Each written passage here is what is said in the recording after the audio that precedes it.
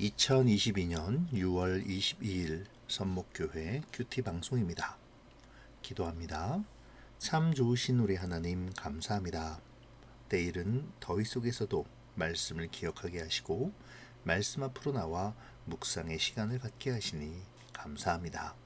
주님, 이 시간을 복되게 하시어 풍성한 은혜의 시간이 되게 하여 주시옵소서. 감사를 드리며 예수님의 이름으로 기도합니다. 아멘. 오늘 묵상할 말씀은 베드로전서 4장 12절부터 19절입니다.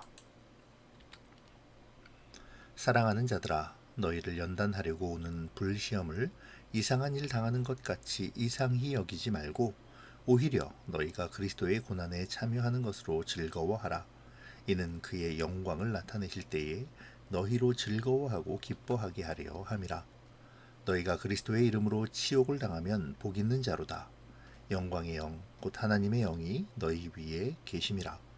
너희 중에 누구든지 살인이나 도둑질이나 악행이나 남의 일을 간섭하는 자로 고난을 받지 말려니와 만일 그리스도인으로 고난을 받으면 부끄러워하지 말고 도리어 그 이름으로 하나님께 영광을 돌리라. 하나님의 집에서 심판을 시작할 때가 되었나니 만일 우리에게 먼저 하면 하나님의 복음을 순종하지 아니하는 자들의 그 마지막은 어떠하며 또 의인이 겨우 구원을 받으면 경건하지 아니한 자와 죄인은 어디에 서리요. 그러므로 하나님의 뜻대로 고난을 받는 자들은 또한 선을 행하는 가운데 그 영혼을 미쁘신 창조주께 의탁할지어다. 아멘. 어제 본문에서 그리스도께서 고난을 받으셨기에 그분을 믿고 따르는 성도 역시 고난을 받는 것이 당연하다고 밝히면서 고난을 받게 되더라도 지켜야 할 본분, 곧 선한 행실을 지켜야 함을 강조한 베드로는 오늘 본문에서 고난의 축복을 말하며 고난 속에서도 기뻐하며 하나님께 영광을 돌릴 것을 요구하고 있습니다. 이미 1장에서 성도의 믿음을 금보다 귀한 믿음이라 정의하며 정금 같은 믿음을 소유하기 위해 연단이 있을 것임을 예고한 베드로는 이제 그 연단이 불과 같이 뜨겁고 견디기 힘든 시험임을 밝히며 그럼에도 이상하게 여기지 말고 그것을 즐거워하라고 말합니다. 왜냐하면 그러한 고난은 그리스도의 고난에 참여하는 것으로 마지막 때 그리스도의 영광이 나타날 때에 즐거움과 기쁨의 이유가 되기 때문이죠. 여기서 생각할 점은 고난의 원인인데요. 사도는 성도가 받는 고난이 그리스도의 이름으로 받는 고난이라고 명시합니다. 이는 그리스도 안에서 받는 고난, 그리스도를 믿기 때문에 받는 고난을 말하는 것이죠.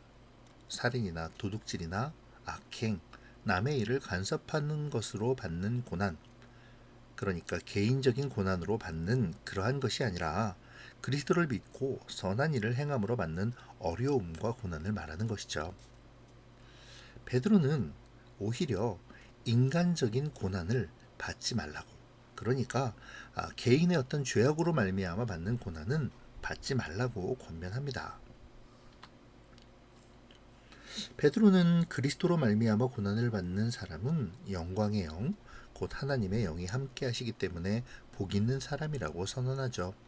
하나님의 함께 하심으로 그는 고난 중에도 평안을 누리며 기뻐함을 경험할 수 있습니다.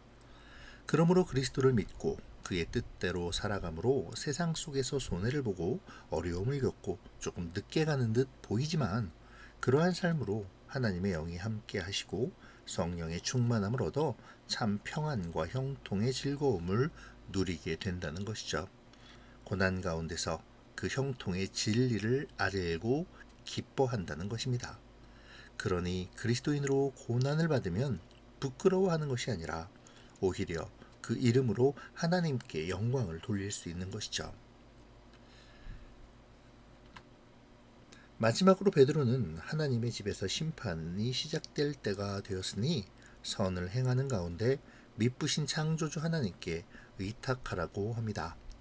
그가 그렇게 말하는 이유는 구약시대 예레미야나 에스겔, 말라기 선지자들이 하나님의 심판이 성소에서부터 시작된다고 예언했기 때문이죠. 사도는 그리스도인들이 그 믿음을 시험받고 그 믿음 때문에 고난을 받는 것으로 심판이 시작되었다고 인식하고 있습니다. 그러니 성도들의 올바른 생활은 더욱 중요한 것이 된 것이죠. 또한 하나님의 집에서 심판이 시작된다는 이 말은 자신들이 이스라엘의 혈통으로 성전에 속해 있기에 자신들만이 구원받은 하나님의 백성이라고 교만해하던 유대인들에 대한 심판이 있을 것에 대한 선언이기도 하죠. 특권이 가장 위대한 것이라면 심판 역시 가장 혹독한 것이 될 것입니다. 계속해서 베드로는 의인이 겨우 구원을 받으면 경건하지 않는 자와 죄인들의 설 자리는 어디냐고 말하며 죄인의 자리가 결국 멸망의 자리가 될 것임을 선언하죠. 특이한 점은 사도가 의인들의 구원을 겨우라고 말하고 있다는 것입니다. 그러니까 베드로는 의인들의 구원이 당연한 것이 아니라 간신히 아주 힘들게 얻어진다고 말하는 것이죠. 그리고 이러한 말을 통해 결국 성도들, 곧 그리스도의 사람들은 선을 행하기를 힘써야 하며 무엇보다 그 영혼을 하나님께 의탁해야 함을 강조하고 있는 것입니다. 여기서 의탁은 예수님께서 십자가에 돌아가실 때 아버지께 영혼을 의탁함과 같은 의미이죠. 결코 버리지 않으시고 다시 살리시는 하나님을 신뢰하는 예수님의 선언이었습니다. 그러므로 성도 역시 그 신뢰를 하나님께 드리며 소망을 잃지 말라고 베드로는 가르치고 있는 것이죠.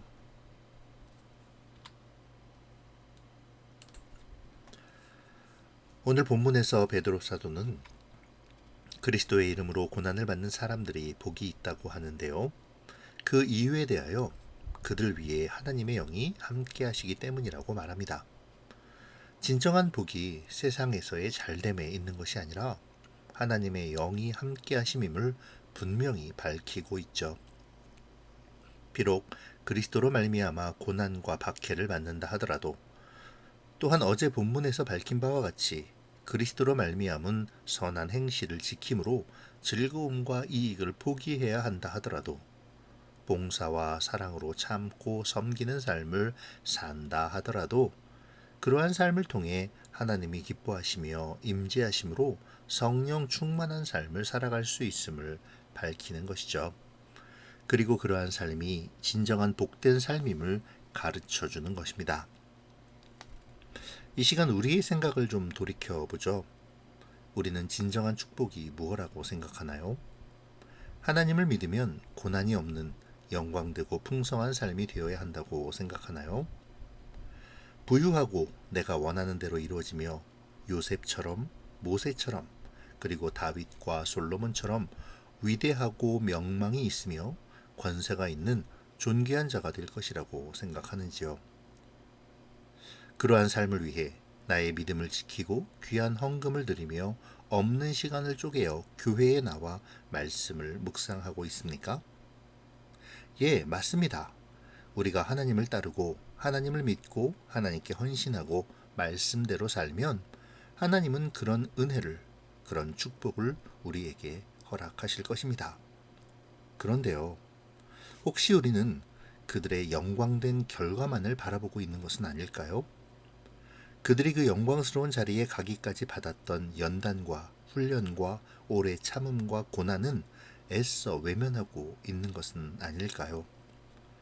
그래서 주님으로 말미암는 고난은 피하며 영광과 풍성한 은혜만을 취하려 하고 있지는 않는지요. No pain, no crown이라는 말이 있습니다. 고난이 없으면 영광도 없다는 말이죠.